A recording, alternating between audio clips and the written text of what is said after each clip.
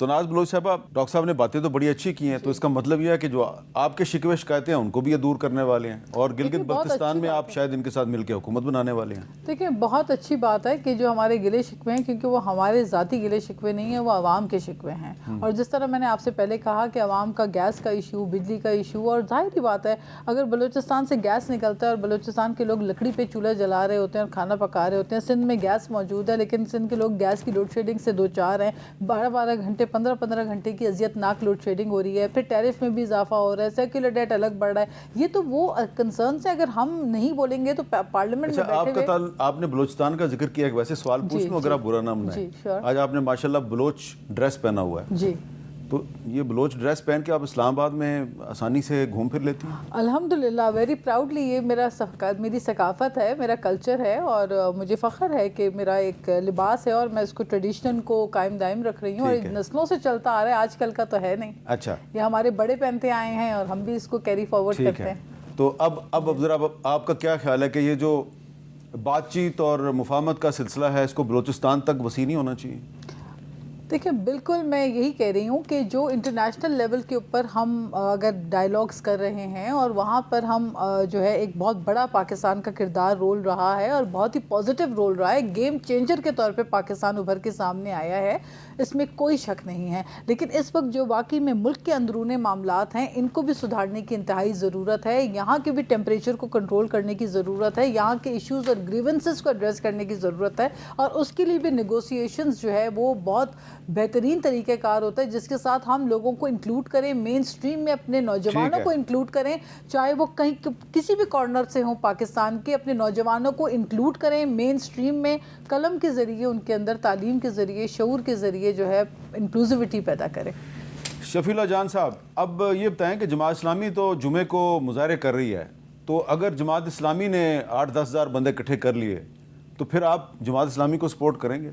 देखिए, कोई भी सियासी क़ुव्वत इस वक्त हुकूमत के ख़िलाफ़ होगी, इस गैर आइनी गैर कानूनी हुकूमत के ख़िलाफ़। जिस तरीके से इन्होंने गैर आइनी तौर पे तरमीम की, जो भी सियासी क़ुव्वत इनके ख़िलाफ़ होगी हम उनका साथ देंगे, हम उनसे बात भी करेंगे।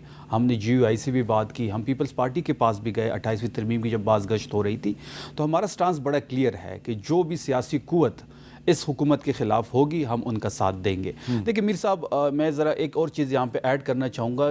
डॉक्टर साहब ने कहा कि मुल्क चलते रहते हैं, भुट्टो साहब का जिक्र हुआ, इनके अपने लीडरान की कैद की इन्होंने बात की, मुल्क ही नहीं चल रहा। मसला यही है कि मुल्क नहीं चल रहा है इमरान खान के बगैर।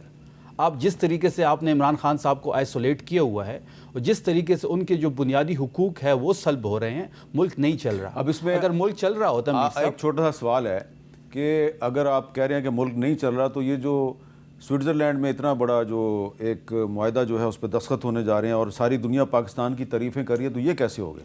देखिए, सालसी का रोल प्ले किया गया, अच्छी बात है, पाकिस्तान का वकार बुलंद हुआ है, लेकिन उस सालसी के रोल में पाकिस्तान को क्या मिला? हाँ, अब ये बहुत बड़ा क्वेश्चन है। क्या पेट्रोल में सस्ता होगा? क्या महंगाई ख़त्म होगी? क्या यहाँ पे लाकानूनियत ख़त्म होगी? क्या यहाँ पे आइन बहाल होगा? क्या यहाँ पे कानून के मुताबिक अदालतों में जो अदालतों को महकूम किया गया है वो सारी चीज़ें ख़त्म हो जाएगी? देखिए, जिस दिन इमरान खान साहब डायरी उठा के वज़ीर आज़म हाउस से गए हैं, उस दिन के फैक्ट्स और फिगर्स उठा लें और आज के उठा लें। इनका प्राइम मिनिस्टर कहता था कि जब 6% पे ग्रोथ थी कि 6% में ना रोज़गार मिल सकता है, 6% में ना तरक्की हो सकती है। अपने स्पीच में कह रहे हैं कि जी हम 4% तक जाएंगे, तो 4% ग्रोथ पे कैसे रोज़गार मिलेगा, कैसे तरक्की होगी? ठीक है। डॉक्टर तारिक फजल चौधरी साहब, आज आपकी पार्टी के जो कायदे हैं नवाज शरीफ साहब, उन्होंने भी एक बहुत वाज़ेह अल्फाज में मौक़िफ़ बयान किया कि जो आज़ाद कश्मीर की जो सूरत हाल है इसका वाहिद हल भी मुज़ाकरात हैं और उन्होंने बड़े अफसोस का इज़हार किया कि ये सूरत हाल वहाँ पैदा नहीं होनी चाहिए थी। आप कह रहे थे उस दिन के मुज़ाकरात के रास्ते बंद हो चुके हैं, तो अब नवाज शरीफ साहब कह रहे हैं मुज़ाकरात शुरू करें। मीर साहब, ये नवाज शरीफ साहब जो कि हमारे कायद हैं और प्राइम मिनिस्टर मियां शहबाज शरीफ साहब की हिदायत पर ही हमने 3 अक्टूबर 2025 में वो तारीखी मुआहदा जैक के साथ साइन किया था, एक्शन कमेटी के साथ, जिसका मैं आपके प्रोग्राम में बता चुका हूँ कि 38 में से 35 निकात हम पूरे भी कर चुके हैं, उस पर अमल दरामद हो चुका है। अभी अपने कायदीन की डायरेक्शन पे राना सनाल्ला साहब और मैं और पाकिस्तान पीपल्स पार्टी के माहिदीन 30 जून 2026 को भी हम मुज़ाकरात करके आए हैं। तो लिहाजा ये हमारी पार्टी का एक बिल्कुल आप कहें कि फर्म उनका एक स्टैंस है, ओपिनियन है, नवाज शरीफ हैं, शहबाज शरीफ हैं, कि मुज़ाकरात ही मामलात को हल करने का बेहतरीन रास्ता है और यही जो है इस पे इम्प्लीमेंटेशन होनी चाहिए। अब सूरत हाल थोड़ी सी टेक्निकल हो गई है, और वो टेक्निकल ये है, जो हिच है मुज़ाकरात में, कि जॉइंट एक्शन कमेटी जो है वो इस वक्त कलअदम जमात है। अब इनसे मुज़ाकरात का पूरा मैंडेट जो है वो हम, जो prime minister of Azad Kashmir हैं वो ऑन बोर्ड हैं इस तमाम मामले पे, बल्कि मैं तो ये कहूँगा कि हम उनके साथ ऑन बोर्ड हैं, यानी फेडरल गवर्नमेंट, चूँकि वो वहाँ पे चीफ एग्जीक्यूटिव हैं, तो ज़्यादा बेहतर ये बात है। तो वो उनके पास पूरा इख्तियार है। और आज जो मियां नवाज शरीफ साहब ने जो बात की है वो बड़ी साहिब बात है, वो बड़ी, आप ये कहें कि मामले को सुलझाने की तरफ लेके जाने की बात है। तो prime minister of Azad Kashmir जो भी फैसला करेंगे हम इंशाल्लाह ताला उसके मुताबिक इम्प्लीमेंट करेंगे, जिस तरह वो कहेंगे, मुज़ाकरात कहेंगे, कोई और वे फॉरवर्ड बताएंगे। लेकिन मैं समझता हूँ मेरी मुज़ाकरात वाली मेरी बात इन्फॉर्मेशन ये है कि जो अब जॉइंट अवामी एक्शन कमेटी है वो ज़ाहिर बात है आपको स्पेस देगी तो आप उनको स्पेस देंगे ना।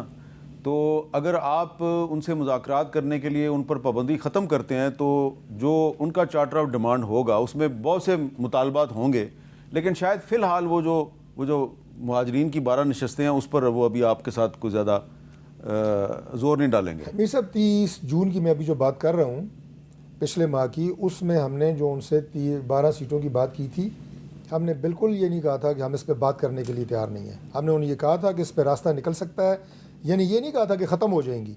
यानी देखें कि आपको किस किस के ऊपर एतराज़ है। जम्मू की सीटों पे उन्हें ज़्यादा एतराज़ था, महाजरीन की बाकी सीटों के ऊपर वो कंफर्टेबल थे। तो हमने कहा इस पर बात कर सकते हैं कि क्या इसके ऊपर जो है सोल्यूशन निकल सकता है। लेकिन उन्होंने जो रास्ता इख्तियार किया वो इंतहाई, मैं कहूँगा कि उनमें से कुछ लोगों ने और तशद्दुद। और अब चूँकि मियां नवाज शरीफ साहब की जो उन्होंने राय दी है वो हमारे लिए डायरेक्शन है, हम उसके ऊपर अमल दरामद करने की पूरी कोशिश करेंगे और उसका रास्ता भी निकालेंगे इंशाल्लाह।